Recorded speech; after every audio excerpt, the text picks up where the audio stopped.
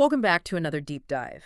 And I have to say, I have been looking forward to this one all week because we are tackling a subject that is, frankly, just massive. It's a heavy one. It is. We are looking at a figure who is responsible for some of the best-selling, most culturally significant music, in the history of the human race, but who also manages to be one of the most polarizing, divisive figures in modern culture. He really is. We are unpacking the life, the music, and the very, very loud opinions of George Roger Waters. It's a lot to unpack, and you are so right about the scale.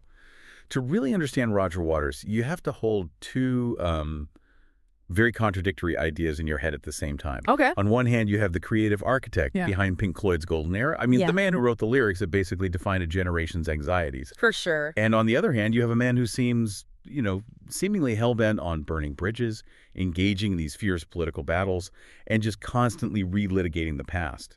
Exactly. And just to set the stakes here, for anyone who might just think of him as, the bass player from Pink Floyd, let's just look at the numbers for a second. Yeah, the numbers are insane. We are talking about The Dark Side of the Moon. This isn't just a hit record, it is a cultural monolith.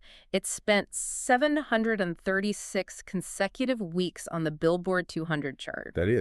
That's nearly 14 years. 14 years straight. It is a statistic that doesn't even sound real when you say it out loud.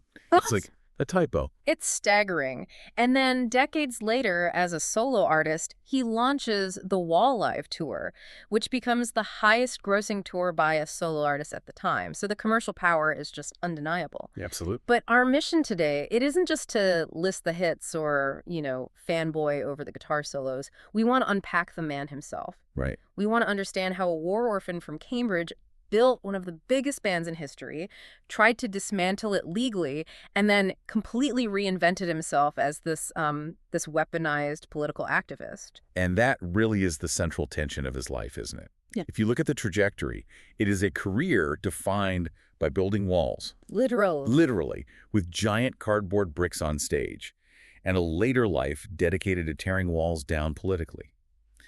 But as we'll see, he often uses the exact same bricks to do both. That's a great way to put it. It's a story about trauma, control, and the refusal to compromise, for better or for worse. Now, before we dive in, we have to do a little housekeeping on the source material.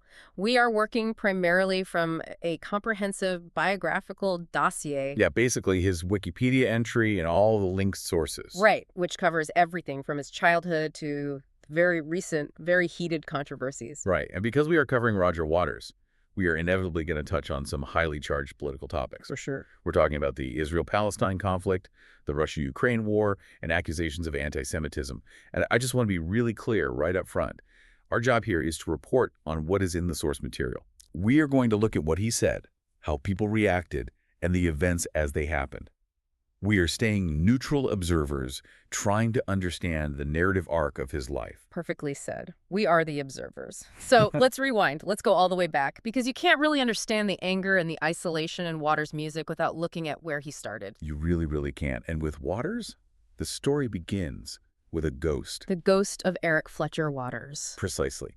Roger was born in September 1943. This is right in the thick of the Second World War. Right. His father, Eric, was a fascinating figure in his own right. He was a school teacher, a devout Christian, and a Communist Party member. Which is an interesting mix already. You don't often see devout Christian and Communist Party member on the same resume. It really isn't.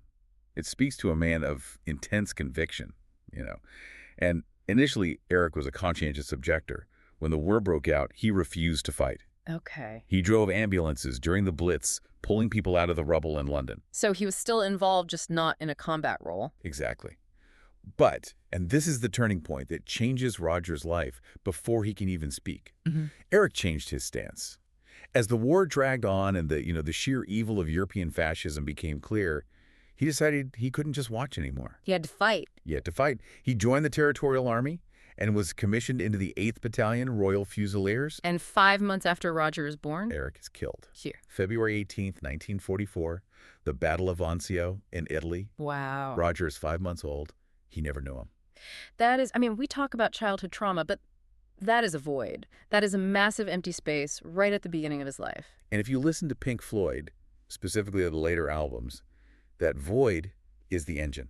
It's the whole thing. It's everything. The cost of war isn't just a political talking point for Waters, it's his entire identity. It's the lifelong motif. You hear it so clearly in The Wall, where the character Pink loses his father in the war. Absolutely.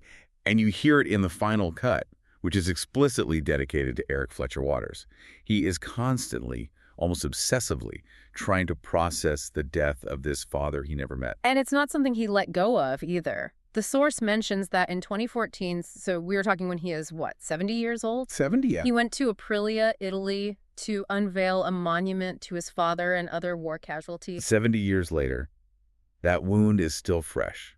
It really frames everything he does. Yeah. If you want to understand why he hates authoritarianism, why he hates military interventionism, why he is so suspicious of governments, it all goes back to Anzio. In his mind, the state took his father. The state took his father, and it left a hole that he's been trying to fill with music and anger ever since. So let's look at the living parent then. He was raised by his mother, Mary. She was also a teacher, right? Yes, also a teacher.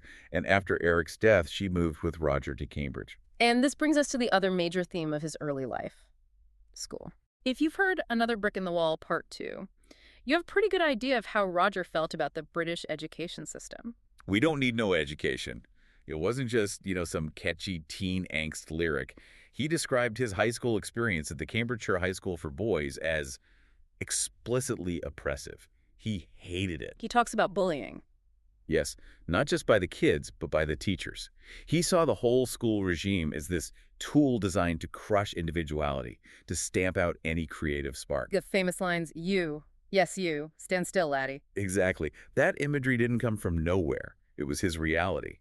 He said the same kids who were bullied by other kids were also susceptible to bullying by the teachers. So a top-down system of abuse. It was a cycle of abuse, in his view, designed to produce obedient workers for the factory floor.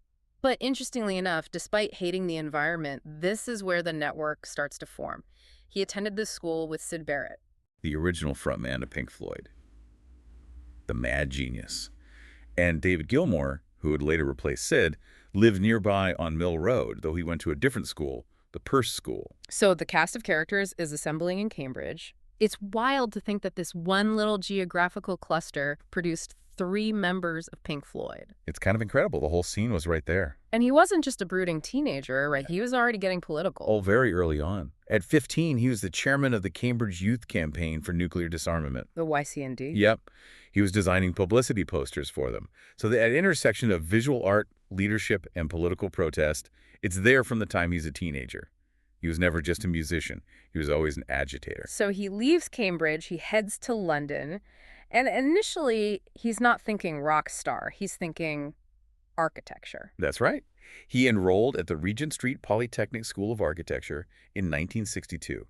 And this is crucial, actually, because when you listen to Pink Floyd, especially the albums Waters led, they have a structure.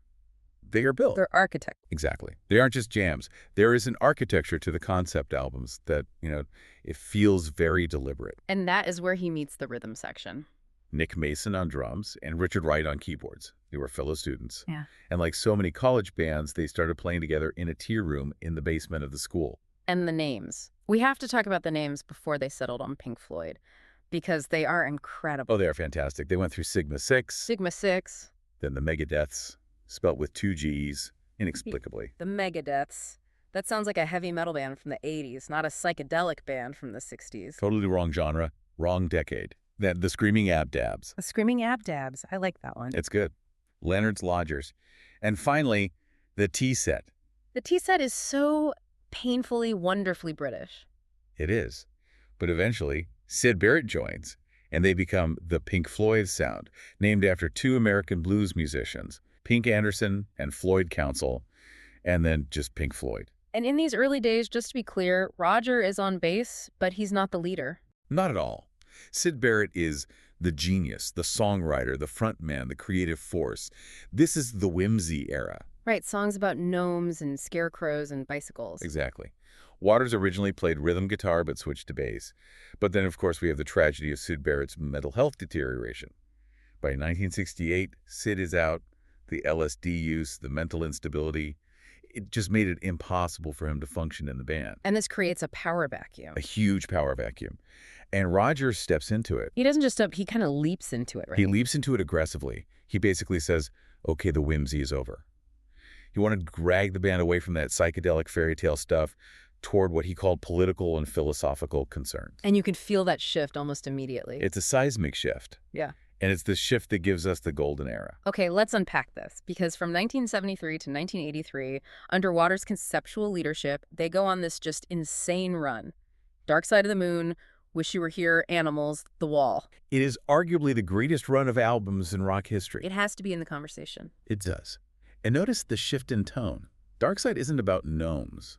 It's about madness, time, greed, death. It's serious art. It's about the human condition. It is.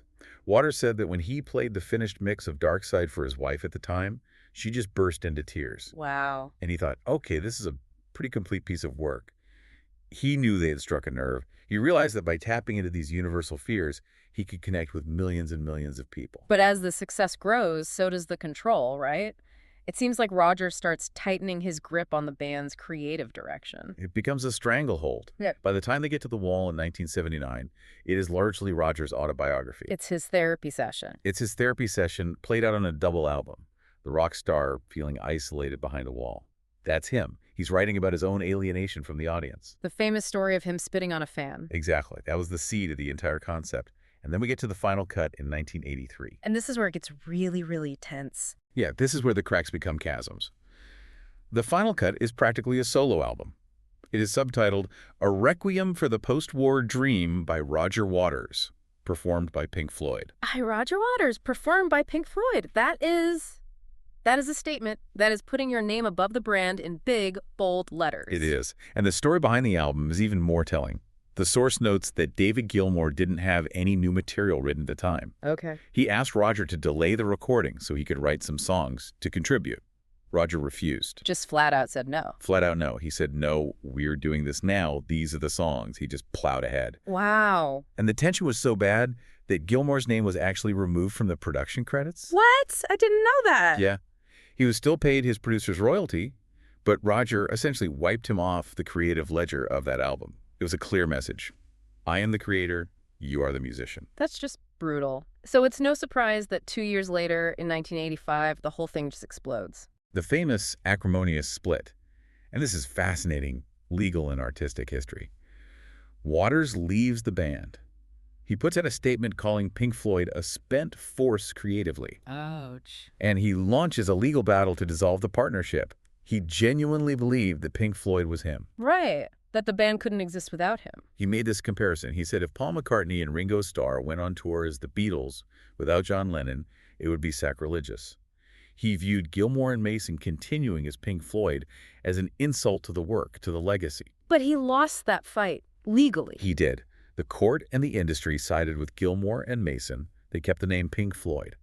Roger kept the rights to the Wall concept and, famously, the inflatable pig from the Animals tour. He got the pig. He got the pig. Or Galgi. a small victory, I guess. But looking back, years later, Waters actually admitted he was wrong about the lawsuit. Really? That doesn't sound like him. Humility isn't the first word that comes to mind. It's a rare moment of introspection, for sure. He said he failed to understand the commercial value of the brand name, independent of the members. He regretted all the negativity. He realized he couldn't just dictate to the others whether they were allowed to work or not. So that's a rare moment of, I guess, self-awareness in this story. So he's on his own. He's got the pig. He's got the wall, but he doesn't have the band name. How does the solo career kick off? It's a very rocky start. In 1984, while the legal battles are still raging, he releases The Pros and Cons of Hitchhiking. Which is a concept album about a man's dream about hitchhiking? It's a concept album about a man named Reg having a midlife crisis, debating between monogamy and the call of the wild promiscuity, and it's all dreamt in real time. It takes place between 4:30 a.m. and 5:11 a.m. That is incredibly Roger Waters level specific. It is, and he had Eric Clapton on guitar, which is a huge get. Yeah, having Clapton in your band is not a bad start. Not at all. But the critics, they hated it. Rolling Stone gave it 1 star. Pink star? 1 star. They call it hideous. And the tour lost money. He estimated he lost about 400,000 pounds on that tour. Oof. That has to hurt, especially while the other guys are out there as Pink Floyd filling stadiums with the name he tried to kill. Exactly. Then he follows it up with Radio KAOS in 1987. Another concept album. Of course, this is another very dense concept. It's about a mute, wheelchair-bound man named Billy who can tune into radio waves in his head. Okay. And he eventually learns to communicate with a DJ, hacks the world's military computers, and simulates a nuclear attack to scare the world into peace. You know, that sounds weirdly prescient, actually, regarding hacking and cyber warfare, but maybe a bit heavy for 1987 pop radio. It was. It was a commercial disappointment. It didn't light the world on fire. Yeah.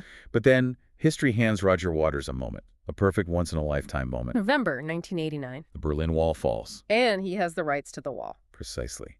July 1990. The walls live in Berlin. This is the spectacle to end all spectacles. It was staged on vacant terrain between Potsdamer Platz and the Brandenburg Gate. Literally no man's land. The death strip, just months before. The symbolism was off the charts. The scale of this event is hard to even picture. We are talking about an estimated attendance of anywhere between 200,000 and 450,000 people, one of the largest rock concerts in history. And the production itself was? It was massive. He had an East German symphony orchestra, a Soviet marching band, U.S. military helicopters. It was a massive geopolitical statement as much as it was a concert. And the guest list was insane too, right? Unbelievable. Joni Mitchell, Van Morrison, The Scorpions, Cyndi Lauper, Bryan Adams. It was a who's who of 80s rock and pop. But there were 3 people notably not invited. Gilmore Mason and Wright. Of course. Correct. Even at this moment of global unity, the band rift was still the wall that couldn't be torn down. That is tragic in a way. Just petty on some level. It really is. So he pulls off this massive historic event. Does that finally jumpstart the solo career? Artistically, yes. In 1992, he releases Amused to Death. And this is where I think, even his biggest critics have to give him credit. Many fans and critics consider this his solo masterpiece. Okay, so what's the concept here? It's always about the concept. Always. It's heavily influenced by the Tiananmen Square protests and the First Gulf War. It's a critique of how war had become television entertainment. The CNN war. The CNN war, exactly. It's based on a book by Neil Postman called Amusing Ourselves to Death. He's exploring this idea that we're watching smart bombs go down chimneys like it's a Nintendo game. He's asking what happens to our humanity when death becomes content. Which, again, is a theme that has only become more and more relevant with the internet and social media. Absolutely. It's a dense, brilliant, and deeply cynical album. But commercially, he was still living in the shadow of his past. He spent a lot of the late 90s and 2000s touring his old material. The In the Flesh tour, the Dark Side of the Moon live tour. He's playing the hits. He's playing the hits, which is what the people wanted to hear. And then we fast forward to the modern era. He decides to do something bold or sacrilegious, depending on who you ask. In 2023, he re-records The Dark Side of the Moon. The Dark Side of the Moon redux. He's 80 years old when he does this. Why mess with what many people consider a perfect album? His rationale was interesting. He said that he and the band were so young when they made the original. He felt that the central message of the album hadn't stuck, look at the state of the world. Right. So he wanted to bring the wisdom of an 80-year-old to the piece, to recontextualize it. And musically, what did he do to it? He stripped it way back. It's very sparse, very atmospheric. He added spoken word sections over the top of the music. And most controversially, no guitar solos. No guitar solos on Dark Side. That's like taking the cheese off a pizza. Gilmore's solos are as iconic as the lyrics. It was a statement. It was a deliberate act of reauthorship. Mm-hmm. He was saying, this piece is about the words. This is about the message. The music is secondary. How did that go over? It received, let's say, mixed reviews, Mm-hmm. but it shows that even at 80, he is not content to just play the hits. He wants to provoke. He wants to challenge the listener. And speaking of challenging the listener, this is where we have to pivot. Right. This is where it gets really complicated, is maybe the best phrase. We have to talk about his politics. This is the elephant in the room, or perhaps the inflatable pea in the room. Roger Waters has evolved from a musician with political themes to a full-blown activist who uses music as his platform. And the source material here is dense with controversy. We need to unpack this carefully because the accusations are very serious. They are. And we need to be careful to parse this out accurately, just reporting what's in the text. Let's start with the issue that generates the most heat, his stance on Israel and Palestine. Right. So Waters is a very vocal member of the BDS movement. That's boycott, divestment, and sanctions. He is one of his most famous proponents. He has repeatedly compared Israel's treatment of Palestinians to apartheid South Africa and, most controversially, to Nazi Germany. And he doesn't just talk about it in interviews, it's part of the show, right? It's integrated into the visuals. It is. In 2006, he visited the West Bank barrier. He spray-painted "Tear Down the Wall" on it. He moved a concert from Tel Aviv to Nave Shalom, a peace village founded by Jewish and Palestinian citizens of Israel. But over the years, his rhetoric has sharpened. He started calling out other artists. He did. He has publicly feuded with other artists, Bon Jovi, Radiohead, Nick Cave, criticizing them for performing in Israel.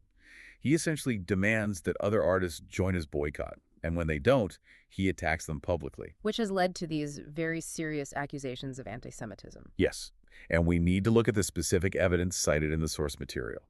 In 2013, the Simon Wiesenthal Center, a Jewish human rights organization, accused him of antisemitism for using a giant pig balloon that had a Star of David on it. But to be fair, the pig had other symbols on it too, right? It wasn't just the Star of David. It did. It had a crucifix, a crescent and star, a dollar sign, the Shell Oil logo, a hammer and sickle. Waters' defense was that these are all symbols of religious and political ideologies that he sees as oppressive.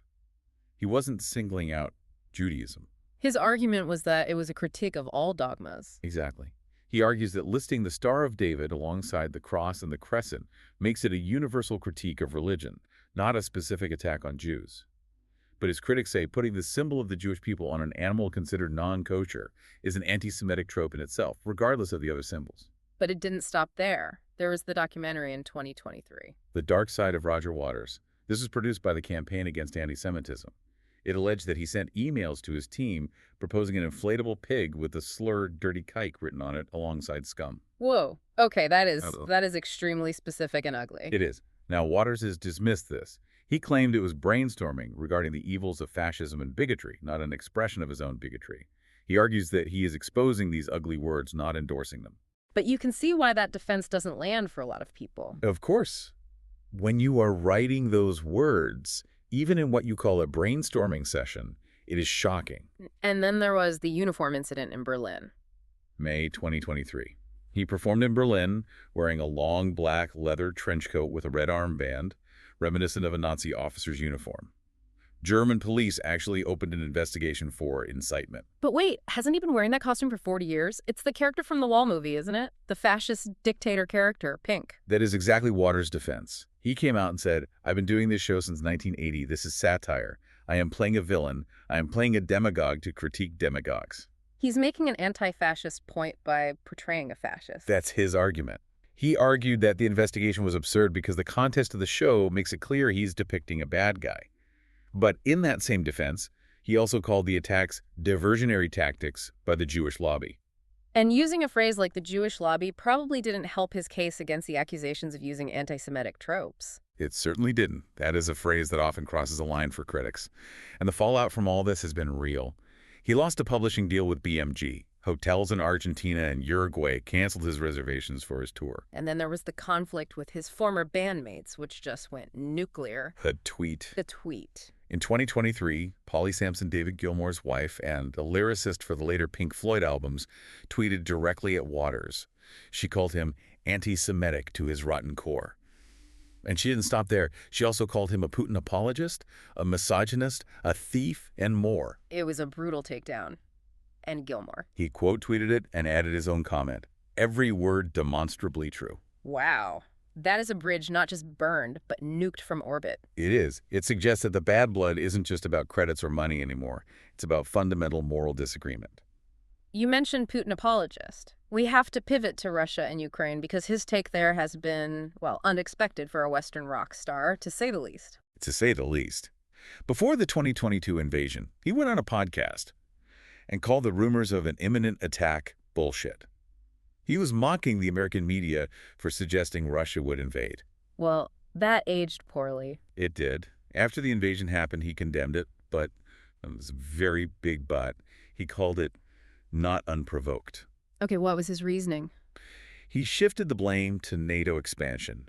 He blamed the West for backing Russia into a corner. He blamed Joe Biden, even labeling him a war criminal in his concert visuals for fueling the fire in the Ukraine. And then he spoke at the UN. I mean, this was surreal. It was. He addressed the UN Security Council at Russia's invitation. At Russia's invitation? How does that even happen? A Russian official saw an interview he gave, and they invited him to speak. In the speech, he condemned the invasion, to be fair, but he also condemned the provocateurs in the West, who he claims forced Russia's hand. How did that go down in the room? The Ukrainian ambassador wasn't having any of it. He looked at Waters and called him another brick in the wall of Russian propaganda. Using his own lyric against him. A very pointed moment. He also wrote to Ukraine's first lady, didn't he? He did. He wrote an open letter to Wada Zelenska, urging her husband to stop the war and negotiate, effectively telling the invaded country to stop fighting back.